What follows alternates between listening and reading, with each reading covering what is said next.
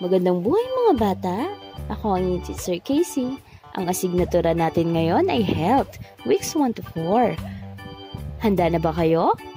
Kunin na ang iyong lapis at papel at tayo magsimula na. Ang pag-aaralan natin ay tungkol sa mga pandama.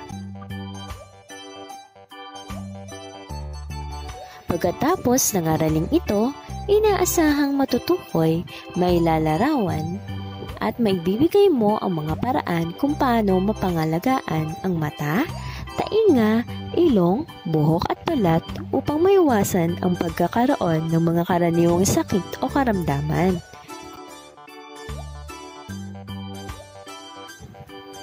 Ang mata. Paningin. Dalawa ang mata natin. Ginagamit natin ito upang makita ang mga bagay-bagay.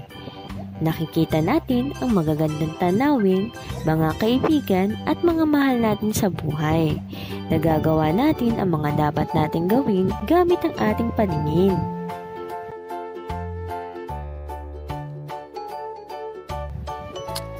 Ang ilong. Pang-amoy. Isa lamang ang ating ilong at may 2 butas ito. Ginagamit natin ito bilang pang-amoy. May pagkakataon na kahit hindi natin nakikita ay nasasabi natin ito dahil sa amoy nito. Halimbawa nito ang masarap na ulam. Nasasabi natin ang ulam ng kapitbahay sa pamamagitan ng amoy lamang.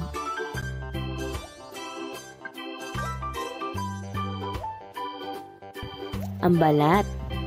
Pandama. Kutis ay makinis kung aalagaan. Ginagamit ang balat upang makadama ng init o lamig sa paligid. Ang tainga. Pandinig.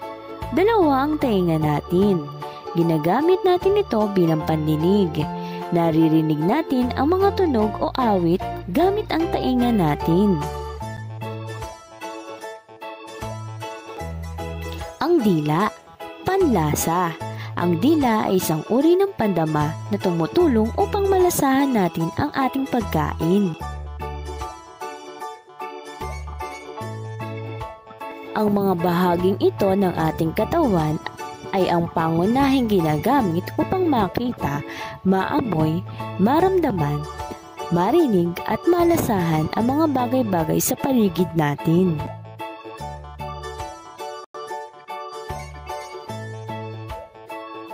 Naman ang mga paraan ng pangangalaga ng ating pandama.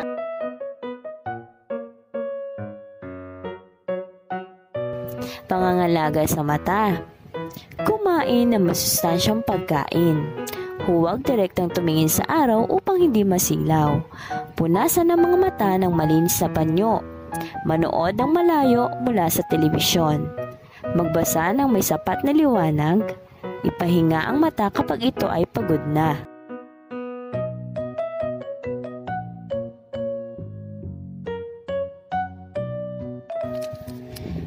Pangangalaga ng ilong. Ang malinis na ilong ay makakatulong upang tayo ay maging malusog. Panatilihing malinis ang ilong. Amuyin ang mababango. Iwasan ang mababaho. Suminga ng dahan-dahan. Pangangalaga ng balat. Upang maging makinis ang balat, ugaliin na maligo araw-araw. Magpalit ng malinis na damit upang hindi makaramdam ng pangangati ng balat. Ugaliing maging malinis sa tuwina. Pangangalaga ng tainga. Mahalagang pangalagaan mo ang iyong tainga. Gumamit ng malinis na tela o panyo sa paglilinis nito. Huwag gumamit ng matulis na bagay na ipanlilinis dito. Pangangalaga ng dila. Mapananatili natin ang maayos at malusog na dila sa pamamagitan ng palagiang pagmumumog at pagsisipilyo. Ang sobrang init at sobrang lamig na pagkain at inumin ay maaaring makaapekto sa dila. Iwasan din ang paglagay ng matulis, matalas at matigas na bagay sa bibig. Ilang sakit na dulot ng ating mga pandama.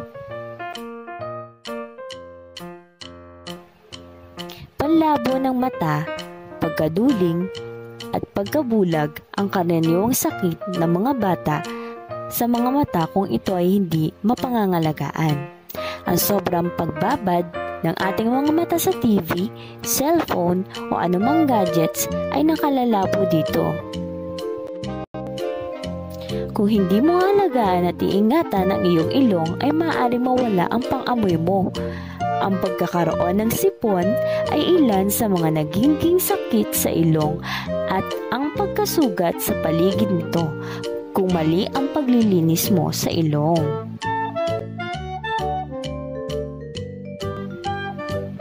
Maaari magkaroon ng karamdaman ng ating dila kung hindi ito aalagaan.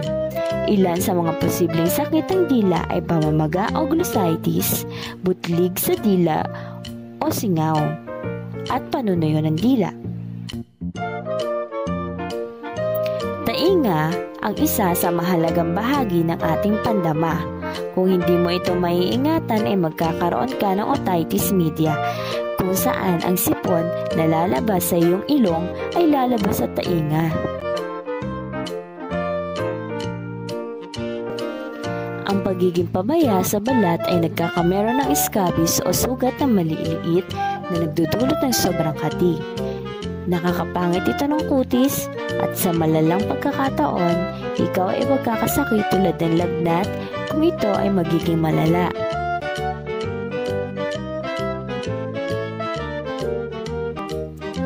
Sagutan ang gawain sa pagkatuto bilang isa. Iguhit ang mukha ng tao at tukuyin ang mga pandama. Gawin ito sa iyong kwaderno.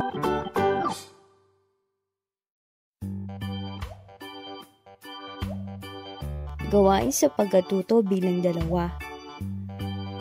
Iguhit ang mata, ilong, buhok, balat at tainga. Kung ito ang tinutukoy sa pangungusap, gawin ito sa kwaderno. Bilang isa, ginagamit mo ito upang makaamoy ng masarap na pagkain at mga pabango. Bilang dalawa, sa pamamagitan nito ay nakikita mo ang ganda ng iyong paligid. Bilang tatlo, naririnig natin ang iba't ibang tunog na nasa paligid natin, mahinang tunog man o malakas na tunog. Bilang apat, nararamdaman mo ang init at lamig sa iyong kapaligiran. Bilang lima, nalalasahan mo ang iyong pagkain at inumin.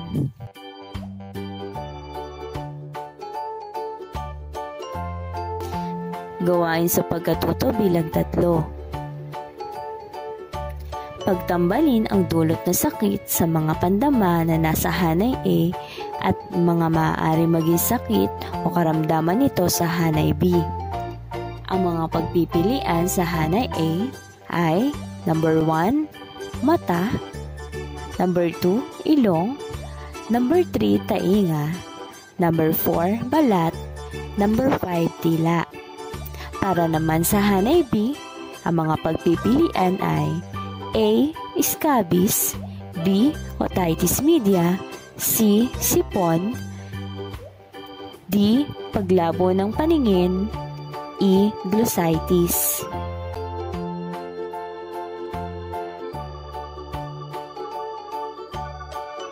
Gawain sa pagkatuto bilang apat, isulat sa iyong kwaderno ang T kung tama ang pag-aalaga sa pandama sa pangungusap sa ibaba at M kung mali ang pangangalaga dito. Bilang isa, pagbabasa ng aklat na may tamang liwanag. Bilang dalawa, paglilinis ng tainga gamit ang matigas na bagay. Bilang tatlo, malakas na pagsinga. Bilang apat, pagligo araw-araw at paggamit ng malinis na tubig at sabon. Bilang lima, tamad magsipilyo.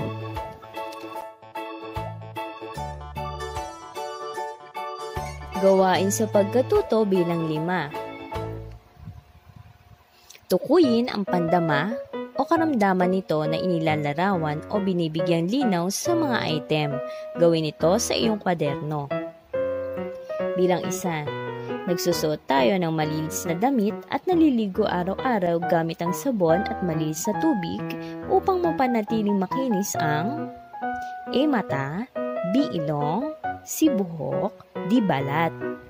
Bilang dalawa, ang pagsisipilyo at pagmumog ay makatutulong sa ating A. Mata, B. Dila, C. Buhok, D. Balat. Bilang tatlo, ito ay sakit na nagdudulot sa ating balat kung hindi tayo magiging malinis. A. Otitis media, B. Scabies, C. Sipon, D. Paglabo ng paningin. Bilang apat, ito ang gamit natin sa pakikinig ng magandang musika sa ating paligid. A. Mata, B. Ilong, C. Tainga, D. Balat. Bilang 5, gumamit ng malinis na damit o panyo sa paglilinis nito upang makaamoy ng mabango at mabaho. A. Mata, B. Ilong, C. Tainga, D. Balat.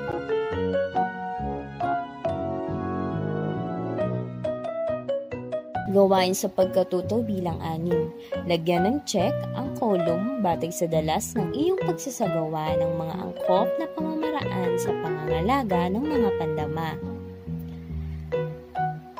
Lagyan ng check ang tapat ng bilang ng kolum kung palagi mo itong ginagawa, minsan o hindi.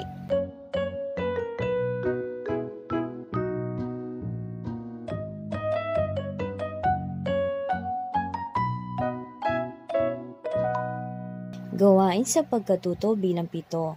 Punan ng talahanayan sa ibaba tungkol sa mga naranasan mong karamdaman sa pandama. Gawin ito sa tulong ng iyong mga nakatatandang kapatid, magulang o tagapangalaga. Pandama. Mata. Anong karamdaman na naranasan mo sa iyong mga mata? Isulat mo ito. At ano ang inilapat na lunas? Isulat mo. At ano ang resulta pagkatapos ng inilapat na lunas? Sa ilong, mga karamdaman sa ilong na naranasan mo, ano ang mga inilapat na lunas, at ano ang resulta? Para naman sa balat, anong mga karamdaman na naranasan mo, inilapat na lunas, resulta? Sa tainga, mga karamdaman na naranasan mo, inilapat na lunas, at anong naging resulta? Sa dila naman, anong mga karamdaman na naranasan mo dito? Ano ang mga nilapat na lunas, at ano ang naging resulta? Gawin ito sa iyong kwaderno.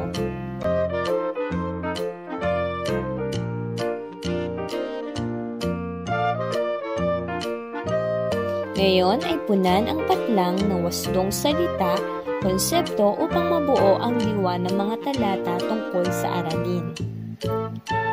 Ang mga mata ang aking gamit upang patlang ang paligid at ang taglay nitong ganda.